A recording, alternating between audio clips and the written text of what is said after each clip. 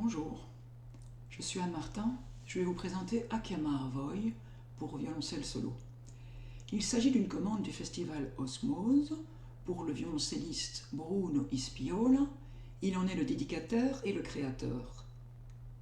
La pièce date de 2020, la création également. Bruno Ispiola, comme son nom le laisse penser, est italien.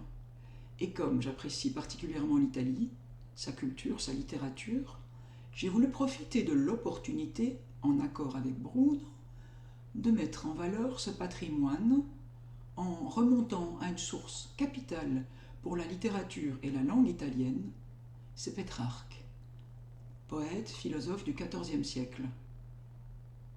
Le poème qui sert de fil conducteur à ma composition est intitulé Akhiamar Voy, d'où le titre de ma pièce.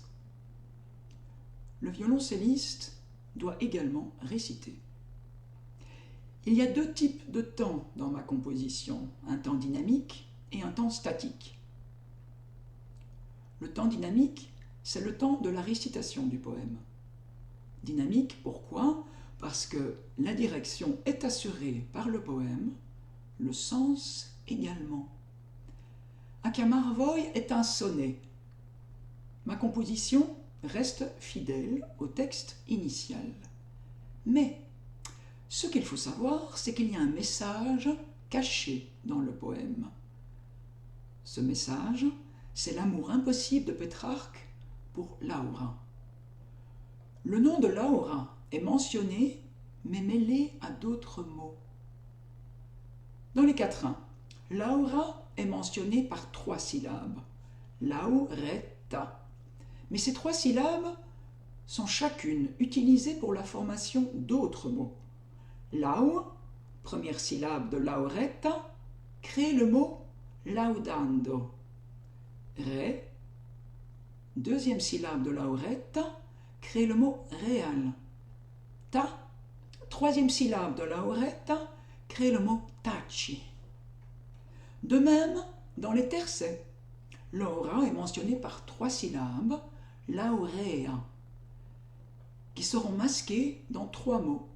Lau dans laudare, re dans reverire et a dans Apollo. Tout ce jeu sur les syllabes, sur les mots, et bien sûr tout ce qui en découle, le point de vue du sens, vient de Pétrarque. Si dans ma composition, le poème est respecté, je vais également exploiter le jeu sur ces syllabes cachées en créant une langue inconnue. Ainsi, le violoncelliste murmure « Teta laure, la retau lau, rau, tare lau, ralau tare ». Ce temps-là, puisqu'il est rajouté au poème de Pétrarque, ce temps-là est un temps statique. Alors, ce n'est pas la première fois que j'utilise une poésie dans une œuvre pour instrument solo, puisque j'ai écrit pour le festival Ars Musica de 2005 une œuvre pour altiste chanteuse. Il s'agissait de Julia Eckart, et le poème était Sonnet en langue inconnue de Marc Papillon de la Frise, poète français du XVIe siècle.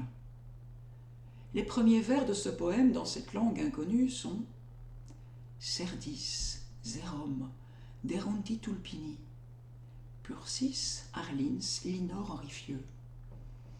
Langue totalement inconnue, à l'instar de ce jeu sur les syllabes dans Akhiamar Voy. Serait-ce la langue de l'amour ?